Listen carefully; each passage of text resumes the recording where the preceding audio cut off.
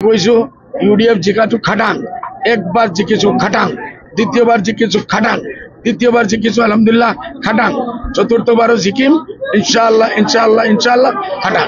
রকিবুল কোনো ভাই আমি চতুর্থবার জিতার পিছত মই 4 গুণা পিছত থাকিব। মই 10 লাখ ভোট পালে এই 2 লাখ পাব। এইটোই কেইটা ৰকিবুল হুছেইনৰ 7 জন্মে যি কাম কৰিব পৰা নাই, কোনো কংগ্ৰেছীয়ে কৰিব পৰা নাই, কোনো এমপি এমএলএ কৰিব পৰা নাই। ধুবুৰী ফুলবাৰী ব্ৰিজ মই আনিছো, মেডিকেল কলেজ মই আনিছো, ৰেলৱে ঘাট মই আৰম্ভ কৰিছো, আমাৰ পানীৰ ঘাট জাহাজ এইটো মই আৰম্ভ কৰিছো, ৰূপসী এয়াৰপোৰ্ট মই যি কথাবিলাক কংগ্ৰেছীসকলে 100 বছৰৰ ভিতৰত চিন্তা কৰিব পৰা নাই।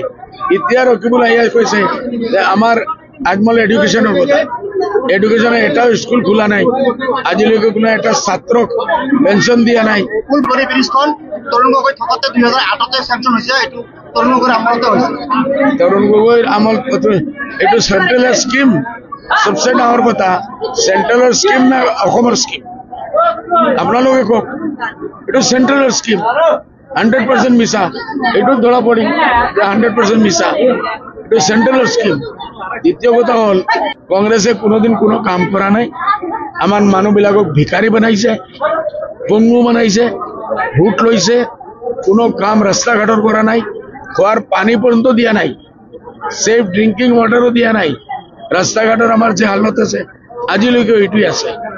এই কথাবিলাক আমি যেতিয়া ধৰো এইসকলৰ কাপ উঠি যায়, ভয় খায়, এইটো আহিব নোৱাৰে। এতিয়া কংগ্ৰেসেৰ কথায় কি কয়, আমাক পাৱাৰত আনক, আমি এইটো কৰি দিম, সেইটো কৰি দিম, সেইটো কৰি দিম।